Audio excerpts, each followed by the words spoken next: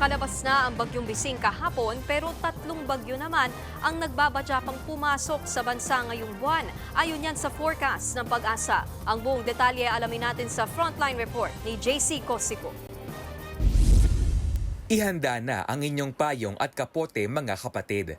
Pagkatapos kasing lumabas ng Philippine Area of Responsibility ng bagyong Bising kahapon, 10 hanggang 18 bagyo pa raw ang inaasahang papasok sa bansa bago matapos ang taon ayon sa Pag-asa. Ngayong Hulyo lang halimbawa, 2 hanggang 3 bagyo pa ang posibleng maranasan sa bansa. Pero maaaring di naman daw yan maging kasing lakas ng mga bagyong nagpaulan sa bansa noong isang taon.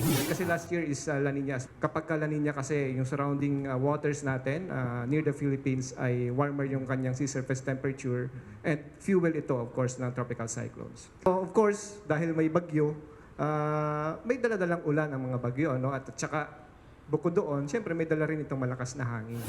Paliwanag ng Department of Science and Technology, bahagi kasi ng typhoon belt ang Pilipinas, kaya madalas tayong daanan ng mga bagyo. Ang mga bagyo ay nabubuo ay karamihan sa Dagat Pasipiko o Philippine Sea, nasa kanan natin, o di kaya ay sa West Philippine South China Sea area. So, kapag ang bagyo ay mas malapit sa equator, kadalasan tatama sa atin. Kaya para mas mabantayan ang sama ng panahon, gumagamit na rin ang Pag-asa ng Artificial Intelligence o AI. Kasi traditional weather forecast po kasi we are using numerical weather prediction models.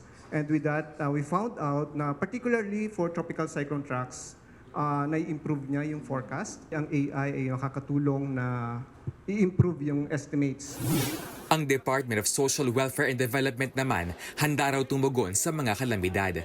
Bukod sa 141 million pesos na standby fund, nasa 3 milyong family food packs na rin daw ang inihanda nila para sa mga posibleng maapektuhan ng sakuna sa buong bansa. Nagbabalita mula sa Frontline, JC Cosico, News 5. Mga kapatid, Nikki de Guzman po. Para sa mga impormasyong dapat ninyong malaman, mag-follow at mag-subscribe na sa social media pages ng News 5.